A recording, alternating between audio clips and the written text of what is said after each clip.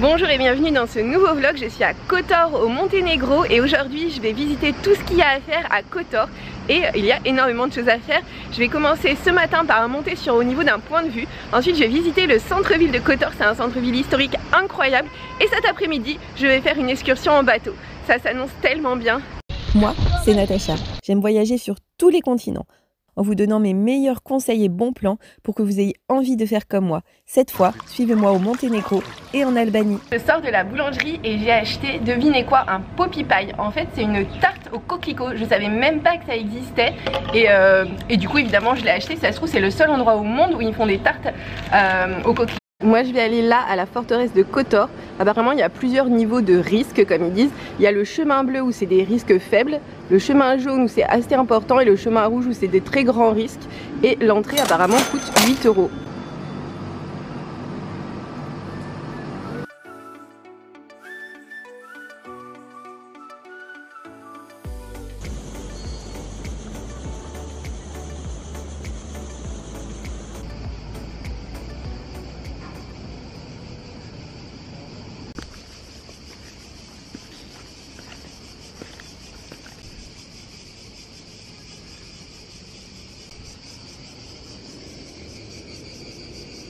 Ça monte, mais en fait c'est plutôt agréable parce qu'il y a des escaliers et surtout c'est à l'ombre et profite aussi de la fraîcheur matinale, donc pour l'instant c'est très agréable.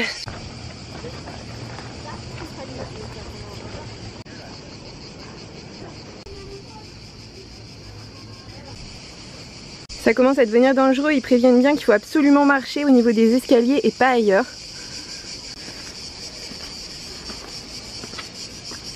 Le centre-ville historique de Kotor est tout petit parce qu'il est juste là, ici, et déjà là, ça c'est la nouvelle ville. Donc en fait, c'est vraiment minuscule.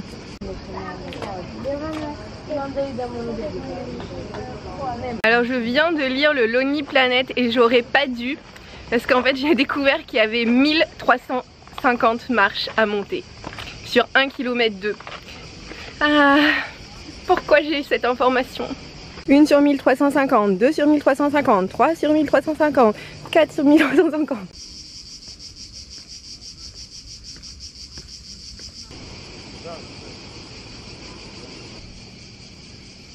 Cette forteresse a été construite du 9e siècle au 14e siècle principalement, mais il y a des morceaux qui datent déjà du 19e siècle.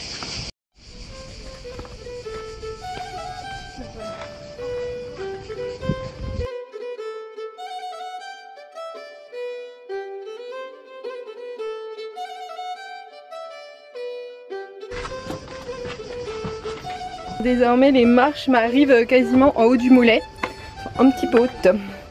Regardez.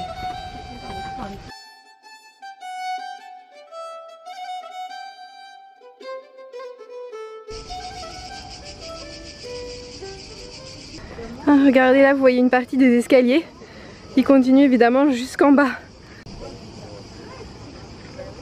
Je vois le bout, c'est le drapeau monténégrin là ici.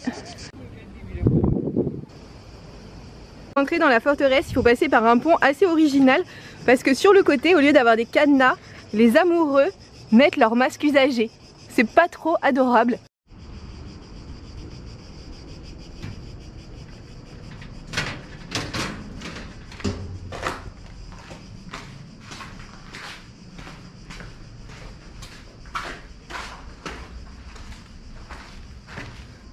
Merci.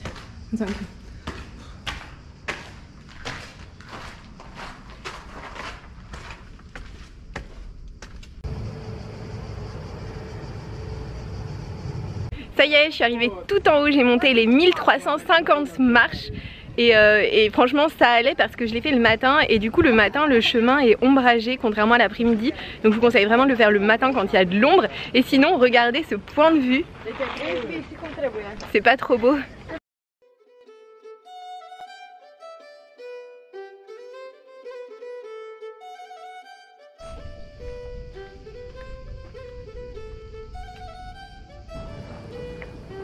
Il y a un autre chemin en fait derrière la forteresse qui monte jusqu'en haut de la montagne.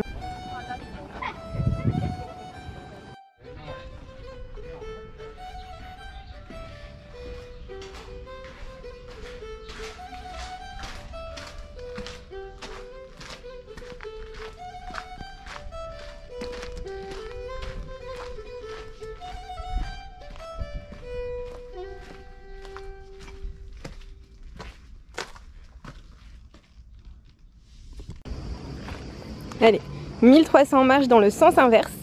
C'est parti.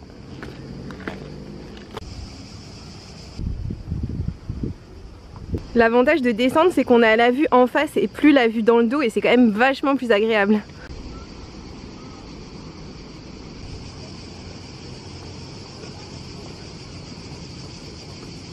Pour monter jusqu'en haut de la forteresse et pour redescendre, il faut compter 2 heures si vous faites pas mal de pauses photos. Je suis de retour dans le vieux centre et c'est le moment d'explorer la ville. J'ai déjà traversé plusieurs fois parce que mon hôtel s'y trouve et franchement elle est juste sublime. Alors je vais vous mettre les plus belles images que je peux trouver pour que vous ayez juste envie de venir parce que moi j'ai plus envie de repartir. Kotor compte plus de 5000 habitants aujourd'hui.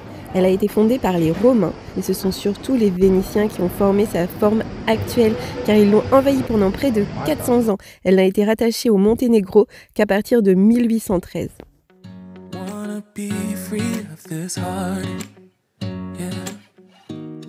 Si j'avais fait une vidéo que faire à Kotor pour 10 €, j'aurais mangé ça, une part de pizza pour 2,50 €. Mais c'est pas le thème du jour malheureusement.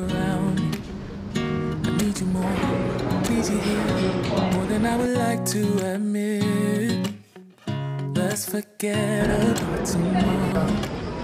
Yeah, should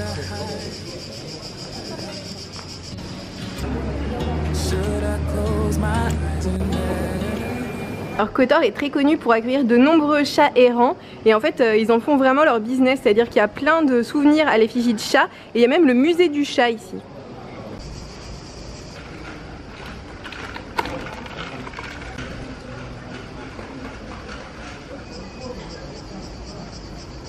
On dirait un petit cadavre, regardez-le, comme il dort bien. Il fait déjà 33 degrés, il est 11 h, c'est hyper dur pour les chats. Il a des petits cartons, c'est quand même idéal. Et un petit peu d'eau, en fait les gens s'occupent de lui. Un autre cadavre. Regardez comme ils sont choux ces chats.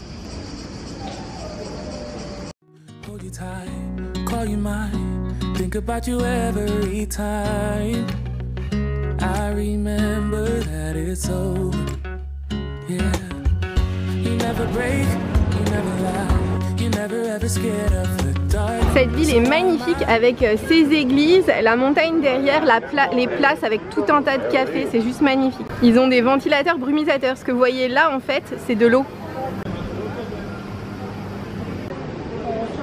En train de manger ma glace à la fraise, elle est juste trop bonne. En fait j'y suis allée chez ce marchand de glace parce qu'il est noté 4,9 sur 5 sur Google, ce qui est juste une note extrêmement élevée et il y a plus de 100 votants, donc ça veut dire que c'est assez fiable. Et effectivement en fait c'est des glaces faites maison et moi j'ai choisi le parfum fraise après avoir goûté le parfum citron qui était aussi délicieux. Mais en fait ce qui est bien là-bas c'est qu'on peut goûter quand on hésite entre plusieurs parfums. Il y a des petits robinets comme ça un petit peu partout, c'est trop pratique. Je suis rentrée quelques minutes pour me reposer dans mon hôtel qui se trouvait dans le centre-ville de Kotor avant de repartir. On se retrouve quelques heures plus tard, j'ai passé un petit peu de temps dans ma chambre pour reprendre des forces parce que là je pars en excursion. Ça s'appelle le Blue Cave Tour. Je sais pas trop ce que c'est, j'ai vaguement regardé. Ce qui est sûr c'est qu'il fait tellement chaud que soit je suis dans un bateau, soit je suis sous la clim, mais je peux pas être dehors. Réservé pour le tour. Je vais aller à Kotor, on va longer Perast, là on va voir une petite église et ensuite je sais plus trop mais on va aller par ici. Et là c'est le niveau de la mer et ce matin j'ai monté tout ça jusqu'en haut, là vous voyez peut-être pas mais il y a un petit drapeau et moi j'ai fait tout ça ce matin.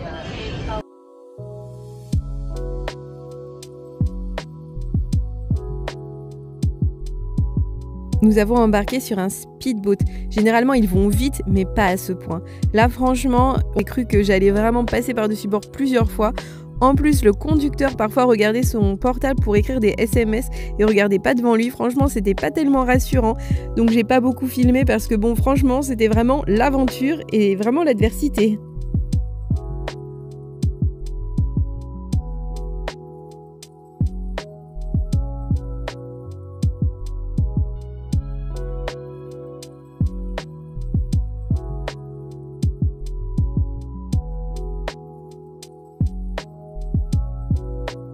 On a arrive sur notre premier stop. C'est cette église qui se trouve sur une île artificielle. C'est assez incroyable, mais ici initialement il n'y avait rien. Et en fait d'après la légende, les marins ici au cours des siècles recherchaient la Madone et son fils. Et pour ce faire, à chaque fois qu'ils revenaient d'un voyage qui avait été plein de succès, et ben, ils jetaient une pierre ici. Et il y a eu tellement de succès que ça a créé cette gigantesque île.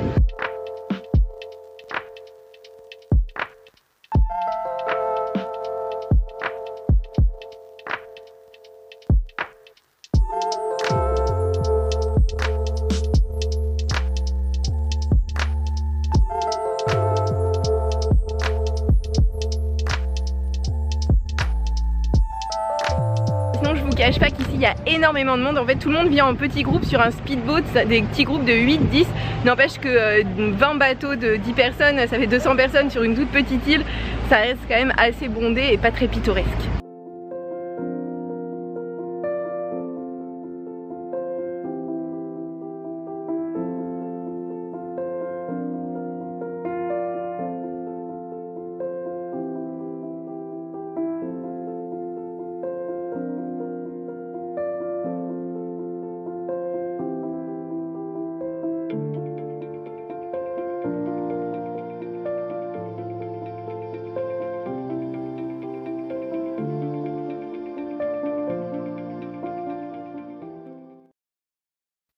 Nous nous sommes rendus au niveau de la Blue Cave.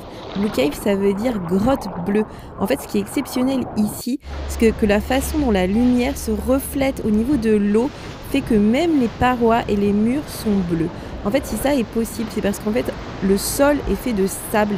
Et donc, en fait, la lumière sur le sable à travers l'eau provoque des reflets bleus sur la roche des murs. C'est assez exceptionnel parce que d'habitude, les grottes en Croatie et au Monténégro sont plutôt faits au niveau du sol avec de la roche. Et si c'est de la roche, et bien en fait ces reflets bleus n'existent pas. Et c'est en ça que la Blue Cave est exceptionnelle.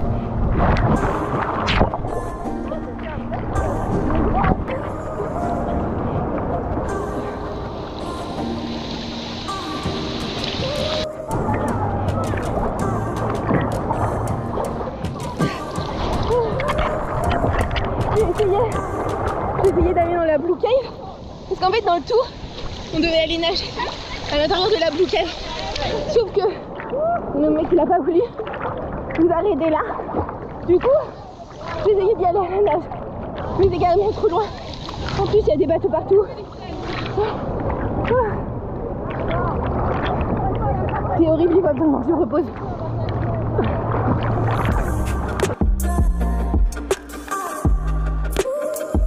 La Blue Cave était beaucoup trop loin, je n'ai pas eu la force de nager jusque là, alors même que c'était supposé être vraiment l'apothéose de notre excursion. J'étais vraiment déçue, mais en fait la grotte était vraiment bondée et c'était impossible de mettre son bateau à l'intérieur de la grotte.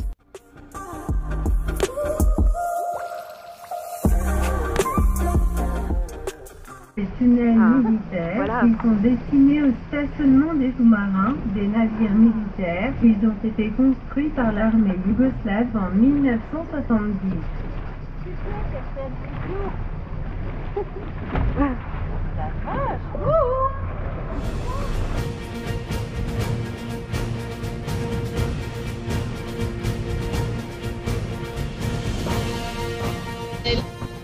Dans les submarine tunnels, autant dire que c'est plutôt court. Je crois que en 20 secondes on est déjà sorti. En fait les submarine tunnels servaient du temps de l'ex-Yougoslavie à stocker les sous-marins. Et en fait ça c'est rabattable et ça a fermé, comme ça on pouvait pas voir qu'il y avait un tunnel. C'était vraiment la guerre hein. Ça se fermait hop et ça camouflait l'entrée du tunnel.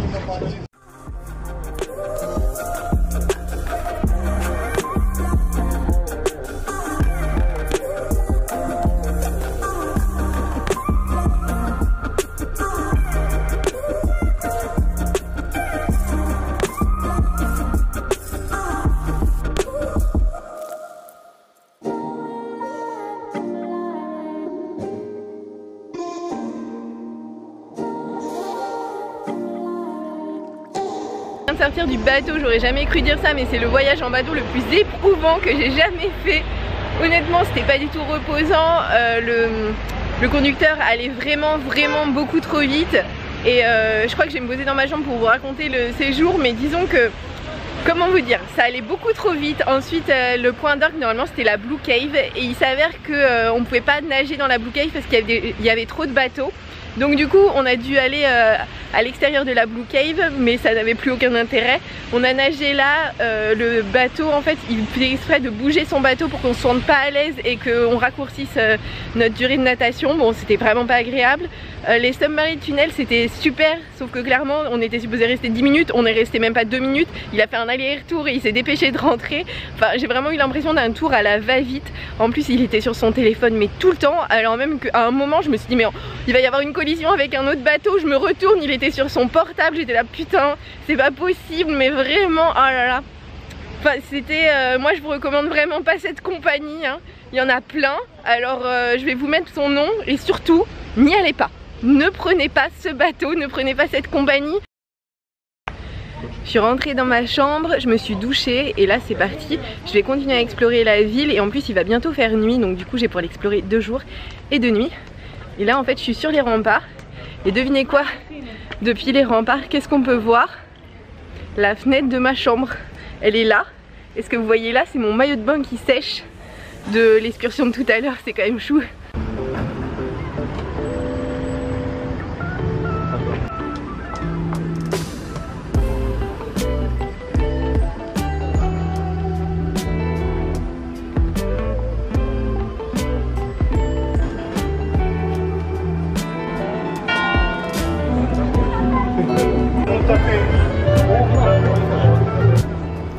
Les montagnes, toujours ces très belles montagnes et la ville. Kotor, comme vous voyez derrière moi, est entouré par des montagnes, ce qui fait que le soleil se cache très tôt derrière la montagne. Du coup ici il n'y a jamais la jolie couleur du coucher du soleil, vous savez la golden hour. Bah ici ça n'existe pas, on passe directement de grand soleil à ombre à nuit. C'est pas grave hein, il y a d'autres intérêts.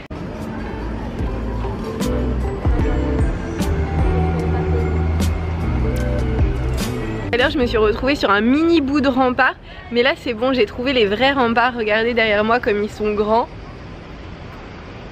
Et c'est super parce que d'un côté j'ai les bouches de Kotor et de l'autre côté j'ai la ville. Et c'est quand même super joli. Et en plus comme là c'est presque le coucher du soleil, tout le sol c'est éclairé. C'est trop mignon.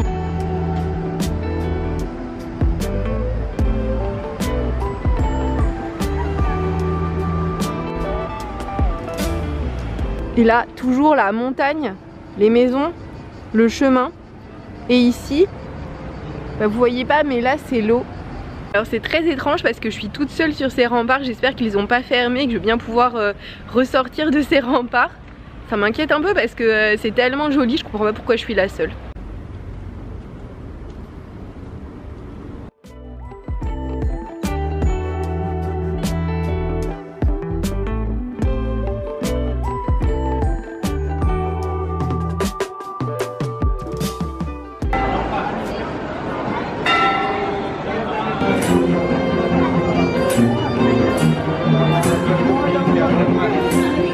Alors pour mon dîner j'ai acheté 3 boureks. En fait des boureks ça se présente comme ça, c'est une spécialité du Monténégro et plus généralement des Balkans.